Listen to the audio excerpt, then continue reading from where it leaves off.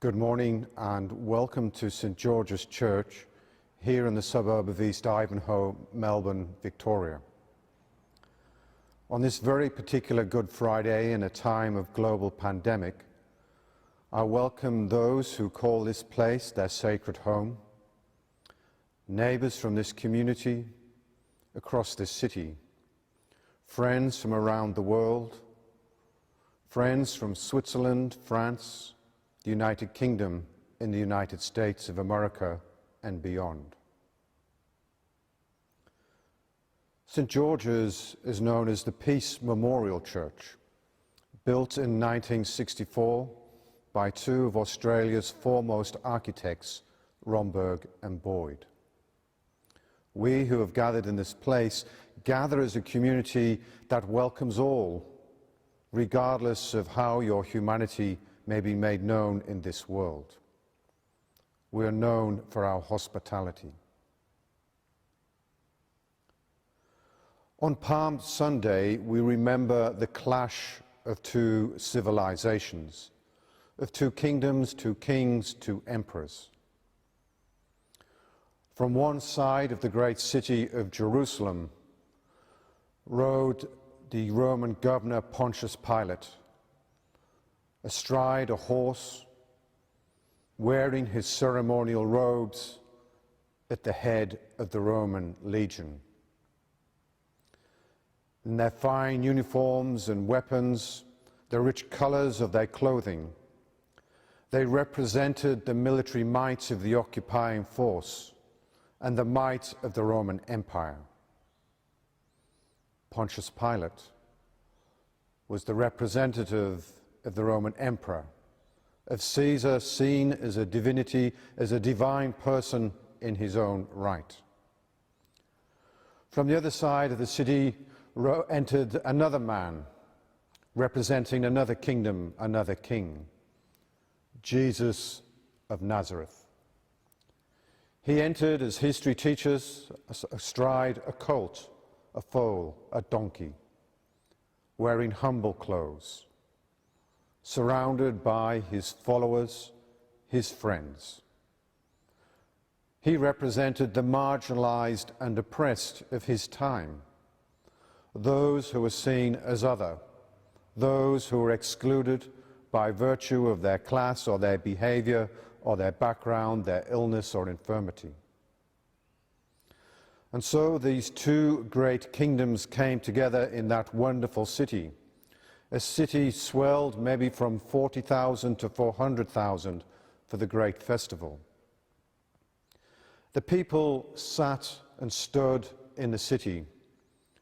To their right was Pontius Pilate and the emperor and all that he represented. To the left, Jesus of Nazareth and the kingdom, the God he represented. To whom would they turn? History teaches us they initially welcomed this man from Nazareth, sought to embrace him as king. But as the days progressed, and as we reached Good Friday, we know they rejected him, and he was to die a disgusting and painful death. They faced a choice that day which way to turn to power or to turn to love. The choice for us remains very much the same, and in these days between Good Friday and Easter Sunday, which way will we turn? But this Easter it's different. There's a pandemic. COVID-19 has wreaked havoc around the world. Tens of thousands have died from Wuhan in China to the west coast of the United States of America and here in Australia. How many more will die this year? We are blessed in this country to have a stable government and an excellent healthcare system. We as a community are working hard to reduce the risks of people dying. We all have choices to make which will contribute to our communal well-being. But there's a perverse thing about this pandemic. It's this.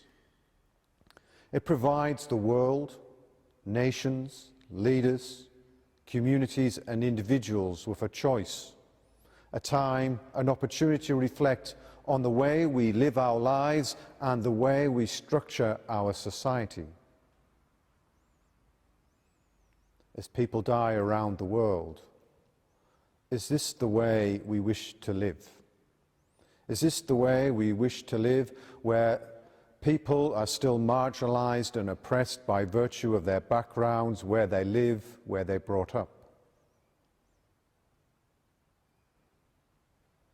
People of color, people who live in nations much poorer in material terms than ours, will no doubt die in greater numbers than here in this land. Many thousands, tens of thousands, even millions are now thrown into unemployment around the world. So how do we wish to live? The perversity, as I said, of this pandemic is it provides the world, all of us, with a choice. Just as the people of Jerusalem looked to the right and the Roman governor and the Roman Empire and to their own leaders and saw power and oppression, and looked to the left and saw another man and an alternate way of life, a man who brought love, peace, hope and reconciliation, that sought to reconcile men and women and children of all backgrounds as one. Which path will we choose? Now is the moment in our history where we probably have the greatest opportunity as a world to choose the path of love and reconciliation.